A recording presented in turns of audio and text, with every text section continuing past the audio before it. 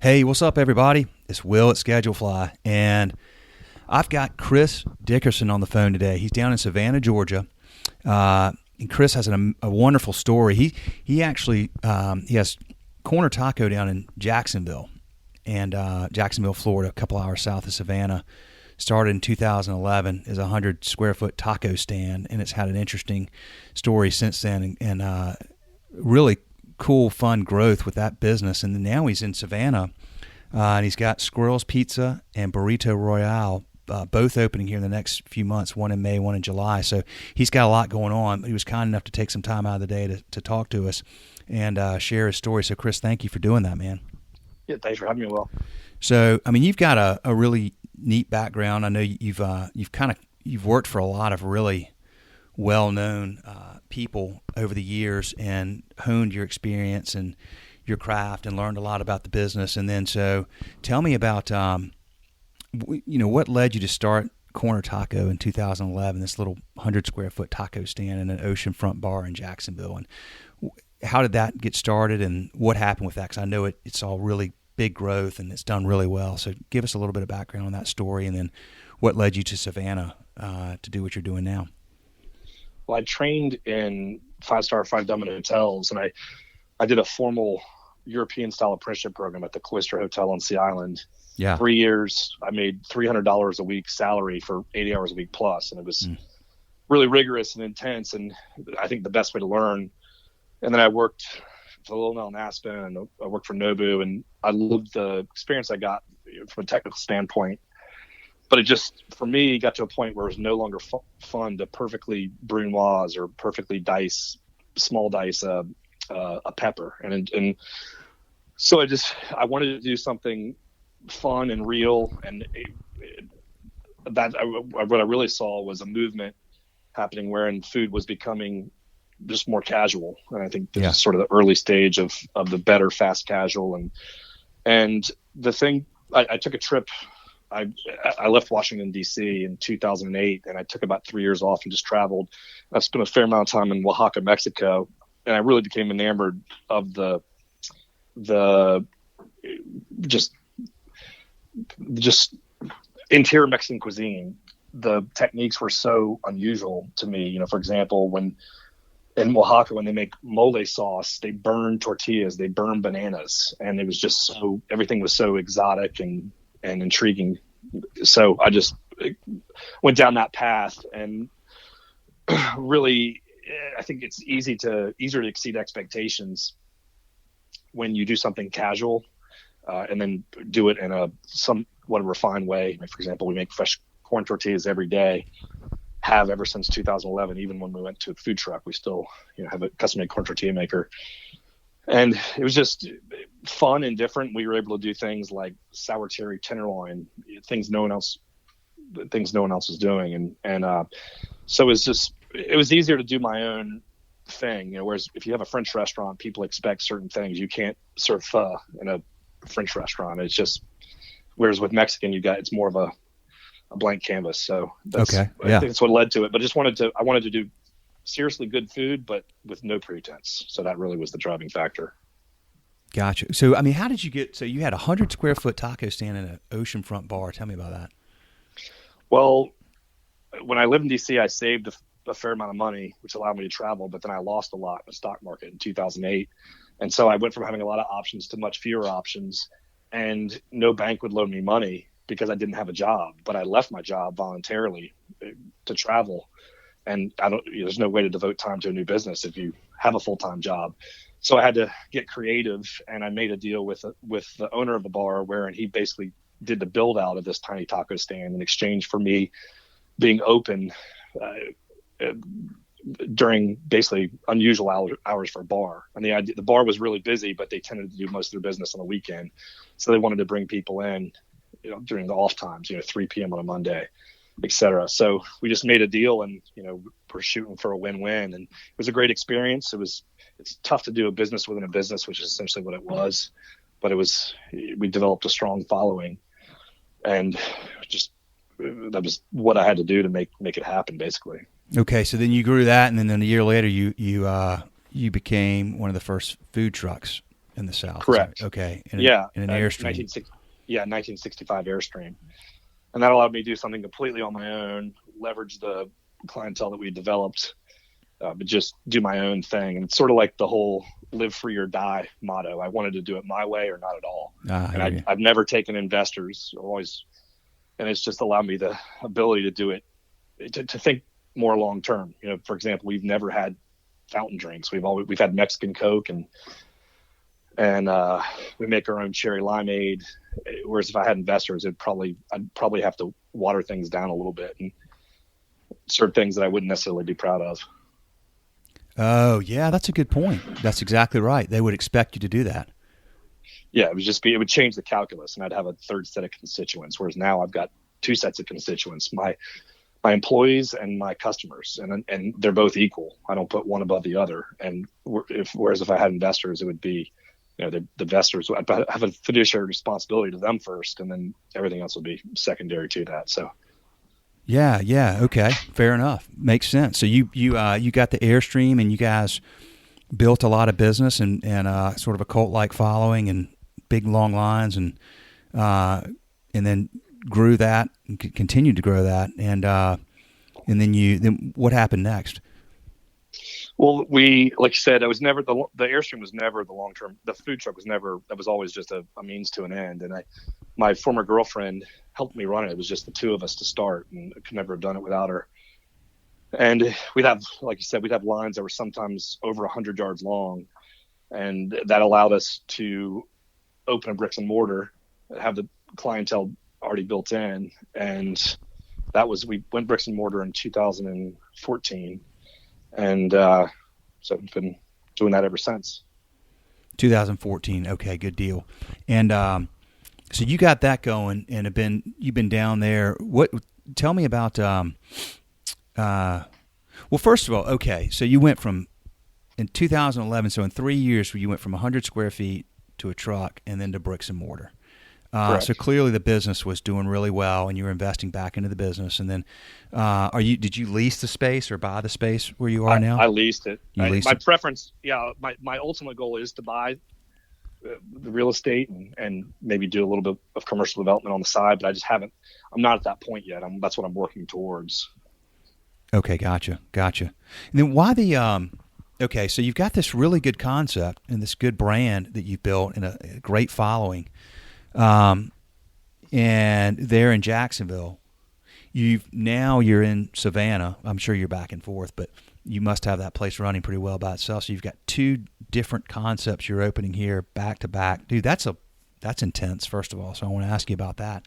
But also I'm curious about Corner Taco and, why not take that brand and grow that brand, you know, in and around Jacksonville, and I mean maybe in Savannah as well, or what's how you want to have multiple concepts to kind of hedge your, you know, future growth, or what's the objective? Yeah, it's not so much a hedge. I mean, I haven't been to Corner Taco since November, and I've got really good managing partners running it now, people I've known for 20 years. And they agreed to move here from South Florida, and so they run all the day to day. Okay, so you're not there at all. Since November, you said. Okay, so correct. They're on it. But we've always had pretty tight systems. In the beginning, the systems weren't as tight as they are now. But for example, all of our recipes are in weight, not volume, so we can scale it. If you take kosher salt, for example, two different brands, Morton's kosher salt and Diamond Crystals, a little 2-ounce souffle cup of one is overflowing, whereas the other one's not quite full. So you can't scale that weight-wise. You know, to go from a 10-pound batch of something to a 100-pound batch, it would be totally different. Whereas if it's weighed, it's scalable. We also have a weekly mystery shopper. I have a customized daily profit tracker that I have a virtual assistant. She sends me every day. We've got a customized P&L.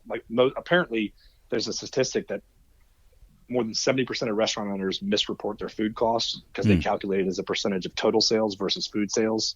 So, you know, take QuickBooks, for example. The template that the default is really not a good restaurant P&L. So I've customized that over many years. So I guess the overarching point is that I think modern restaurants have to be run as much by systems as people. And I think the harder it gets to find good people, the more incumbent it is upon us who run restaurants to have tight systems.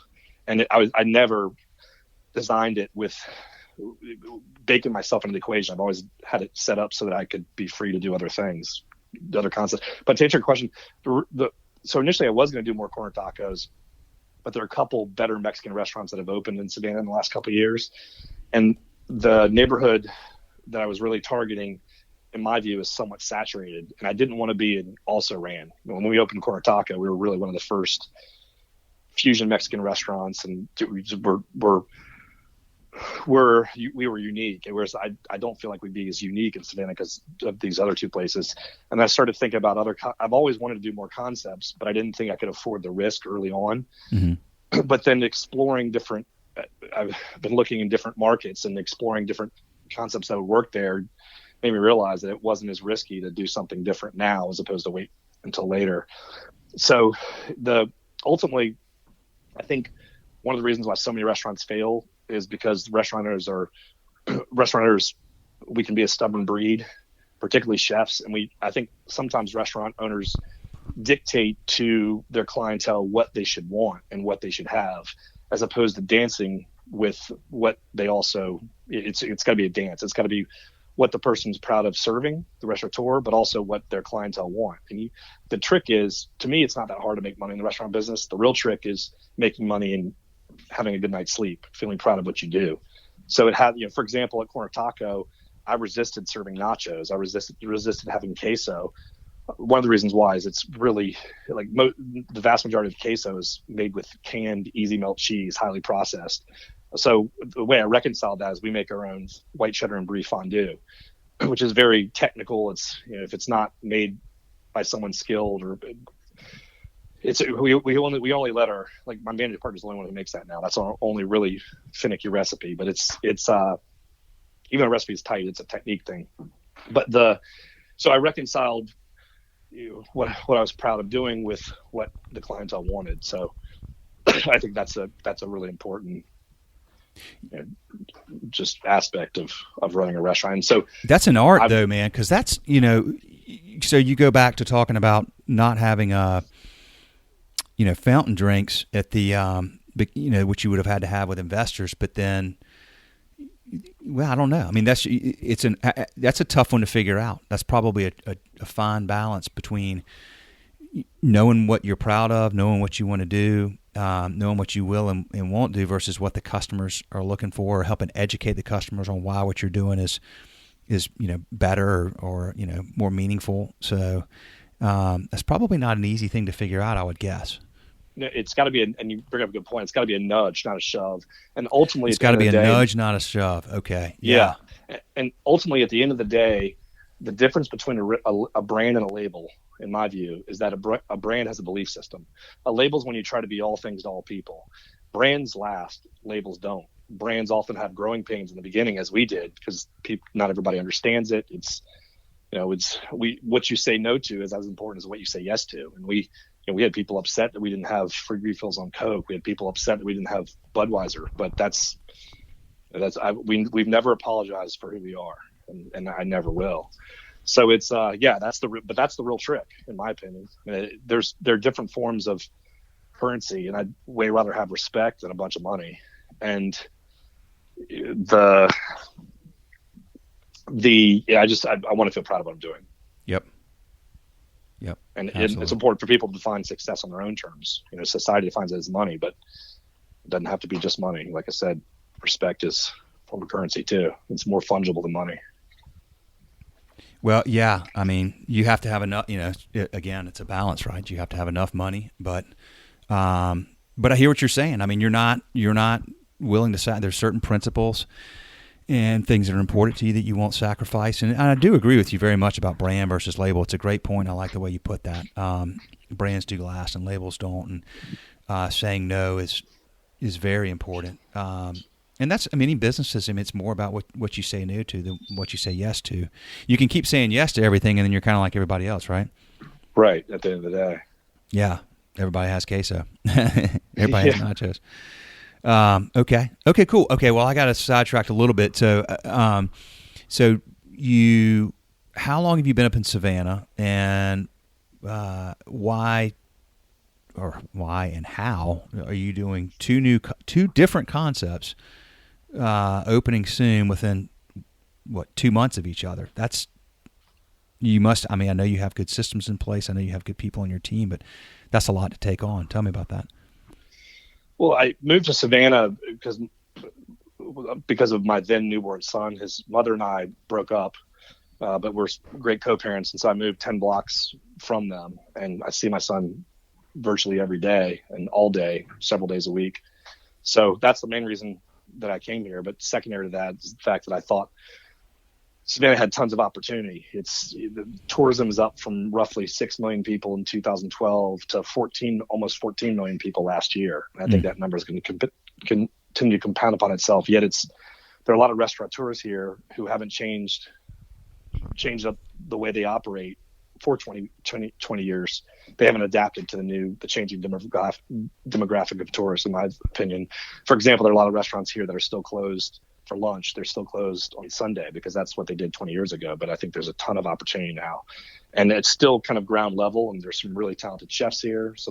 There's a great restaurateur community, and even though I've only been here not quite 2 years, I'm friends with most restaurateurs in town, or quite a few of them, and they've taken me in as one of their own. You treat me really well. So there's tons of opportunity. Rents here vis-a-vis Charleston are low. I have a 15-year deal on my space for Squirrel's Pizza. That would be very difficult to come by in Charleston. And in Charleston, it'd also just be one more cog in the wheel. Whereas here, I feel like I can make a more significant impact. So that's the main reason I'm here. And back to your question earlier, the wood-fired pizza, it's a combination of what I think the city needs, what I'm passionate about, i.e. live fire cooking, what I can afford. The input cost for doing a pizza place is less than a lot of other restaurants because you don't need a hood. You can direct vent the pizza oven to the outside. So it's sort of all the above. I also think there's a lot of opportunity to do a new style of pizza. On the one end, you've got Neapolitan, which is what I think most people try to do in the U.S., some riff on Neapolitan. But Neapolitan, by design, is soggy because it has so much water, and it's cooked. It has low protein flour, and it's cooked at a high temperature for a short period of time. So there's a lot of what's called spring. So it's puffy and it's soggy in the center. On the other end, you have Roman style, which is really crispy, like a saltine cracker, but there's no absorption of sauce or no more marriage of sauce into the dough. So I'm doing my own style, which is somewhere between Neapolitan and Roman. So it's going to be a crispier version of Neapolitan. And so I just think that's Savannah doesn't really have a high quality wood fired pizza. Actually, I don't know of any wood fired pizza place. There's one place that does gas fired, but so it's just where the opportunities lie now. If I were somewhere else, then I might do something different. And then the Burrito Royale, it's going to be basically a riff on corner taco, but done in a burrito format. One of the challenges with doing tacos I didn't anticipate is it takes so many touches to do high revenue. The average taco for us is about $3.50. So in order to do decent revenue, it just takes so many touches, and it tends to burn out employees. Whereas with burritos, it's more revenue per unit, basically. So that's one of the driving factors. And there's not a single place here that serves burritos. So we'll do things like sour cherry. There's not a single place. The places that have one burrito, but there's no place that's dedicated to burritos except for the usual chains. But we'll do things like sour cherry tenderloin with brie, General Tso's chicken, blackberry General Tso's chicken burritos. So they're unusual and they're fun for me, and we've already got the recipes. And that's going to be from my Airstream is going to be permanently parked at a food truck park, and so that'll be Burrito Royale. It's only 2 blocks from Squirrel's Pizza, so I can share labor, et cetera. Oh wait, so you're going to have it? You have the Airstream there? The Airstream's here, yeah, and it'll be permanently parked at a food truck park that's not yet completed. Okay, gotcha. Okay, man, you got a lot going on, my friend, but you seem to handle it very well. You seem to have a good plan, and well, congrats, by the way, on being able to be there with your son and make that work. I know that's just so incredibly important, and the fact that you've got a good team and good systems down there in Jacksonville, and this is kind of running itself is great. So You've done a lot of things really well. Appreciate that, Will. Yeah, for sure. I mean, that's very admirable, and it's hard to do. You just said making money in the restaurant business is not that hard. Yeah, well, I don't know. For you, it might not be. For a lot of people, it's not easy. It's not easy. But you've obviously figured out a lot of things, and you're able to manage a lot of information and process it and plan really well. So that's a big part of it. And yes, a lot of chefs are stubborn, but you've also found that good balance of what's important to you and what you're willing to do. And as you said, sort of dancing with your customers. I like that.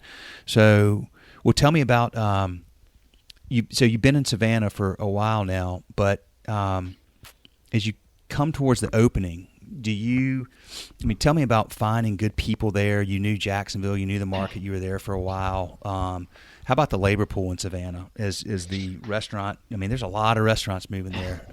Talk about the labor pool there and how you're finding good people to help you run those two operations. Well, it's tough everywhere, but I think it's less tough here than Jacksonville's been really tough. And why is that? I think part of it is it's a very geographically spread out city. Yeah. So people there are a lot of people who won't commute more than 4 miles for work, and so there are these little pockets. But one of the unintended consequences of the economy doing relatively well is that jobs. We're in the gig. There's no way around it. We're in the gig economy. Our parents working for General Electric for 25 years for a pension. Those days are gone. Pensions don't even exist anymore, really. So it's a gig economy that's exacerbated by the fact that the economy is doing relatively well. So people's jobs are more transportable. They can work in a place for 2 weeks and then find somewhere else that pays them 10 cents more, and they leave oftentimes without giving notice, go somewhere else. So it's been really challenging. But in Savannah, because there's so many restaurants that have been here for so long, and there's some fine dining restaurants, and because geographically it's very dense, there is a professional service class here that doesn't exist in many towns, at least in the South. I mean, that exists in New York and exists in Charleston, but Savannah has it too, albeit small. I've been talking to various people about. I want to hire a general manager who also is a chef, and I've been speaking to various people, but it's most likely someone I'll recruit from out of town. And I'll really build the staff around that person. But one of the things I'm going to do, it's very expensive to employ people in Florida. The minimum server wage is double, the tipped wage is double what it is in most other states. Wait, say that again? And it's the minimum, like the tipped wage in Florida is like roughly $5.40 an hour, which obviously doesn't sound like much money, but most people are making 10, 15, $20 an hour on top of that in tips. Yeah. So, whereas in most other states, it's like $2.13. Yep. So my plan here is to pay the minimum server wage, and then I can pay roughly another $2.20, $2.50 an hour. So basically, let's just say double it for benefits. And so I'm still a little bit lower than where I am in Florida, but it'll allow me to attract and retain the best and the brightest. So that's the plan. And the menu is very tight, lots of cross utilization. So we don't need a big staff. And my plan is to have a small, very motivated staff and pay them extremely well, probably give them profit share. And my hope is I'm the manager with whom one of the managers with whom I'm speaking now, but the idea would be to have the vast majority of his or her pay be in incentives. I want someone to think exactly like me. And I don't, as the owner, I don't eat unless my restaurant makes money. There's no backup plan. It's do or die.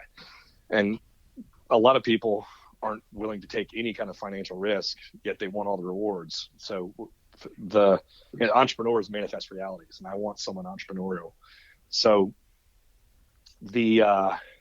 instead of offering a high base salary and a modest profit share or percentage of the profits, my hope is, my preference would be to have a very modest base salary, but a very robust profit share. So have you seen that before? Well, I've seen it.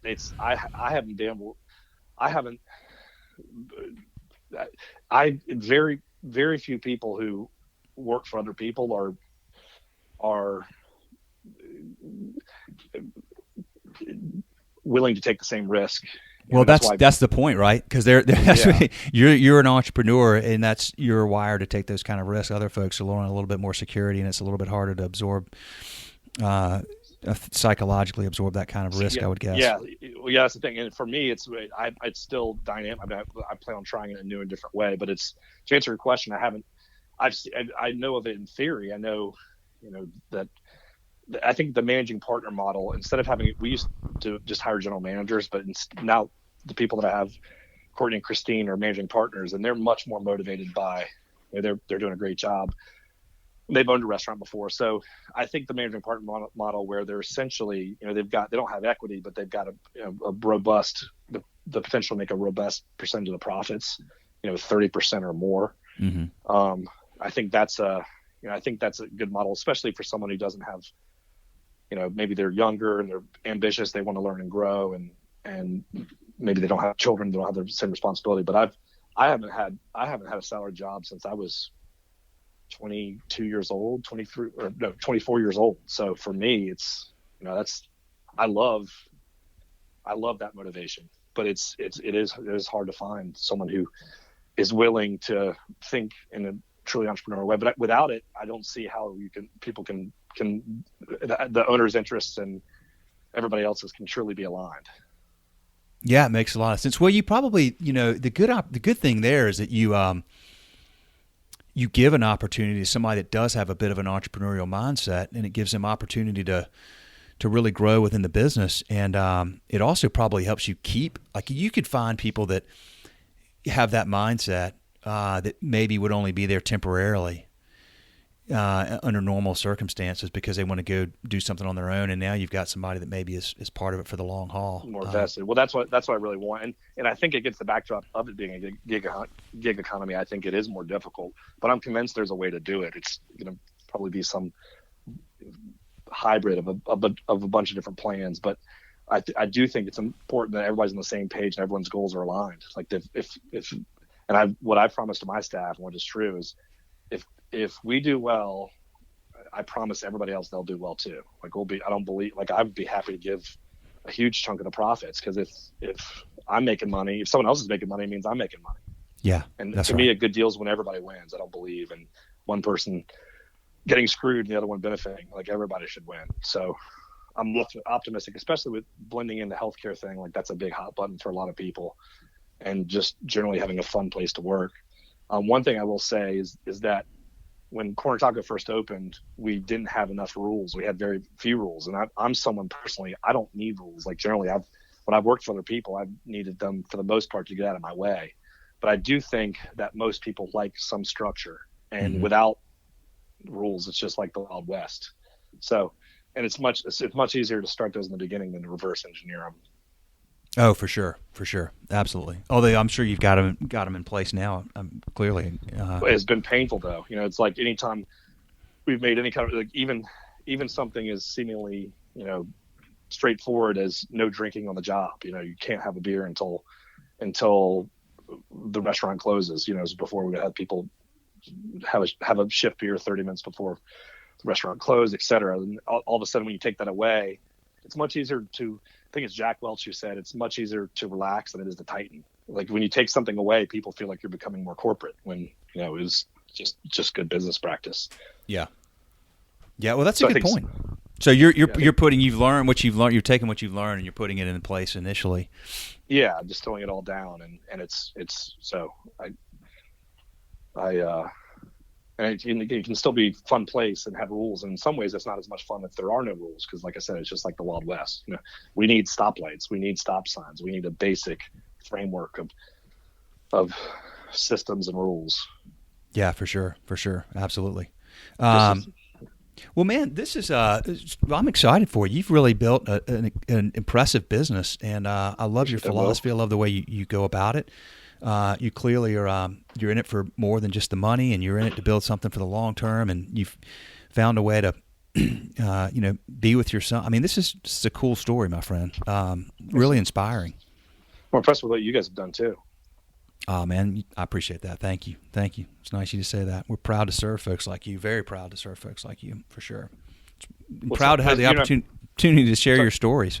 I appreciate it. You and I have talked about this before, but it's the only way to ensure your future is to at least aspire to be the best at what you do. Yeah. And if you add value, even if it's a small amount of value, if you add value to your customer, then you'll do relatively well. And that's something I think is a lot of people forget about. It's really not hard. And if you're just thinking about it from the other person's perspective. Yeah, absolutely. I agree. Totally agree, my friend. Well, look, I'll let you roll. I know you got a lot on your plate, but this is a great story. I just Thanks, Will. Really appreciate the opportunity and excited for you and proud to serve you. And I know everybody will. I mean, people are going to learn a ton. I could literally talk to you for several hours. I've got about 1,000 other questions I'd like to ask you, but I do want to respect your time. But I know people will learn a lot from you, and maybe we'll do this again someday. I'd love to wrap with you maybe in 6 months after you got the team up and running and see what you've learned. Yeah, for sure. Thanks for everything, Will. Hey, thank you, Chris. Have a good one, man. Have a good day. Okay, you too. Bye. Bye.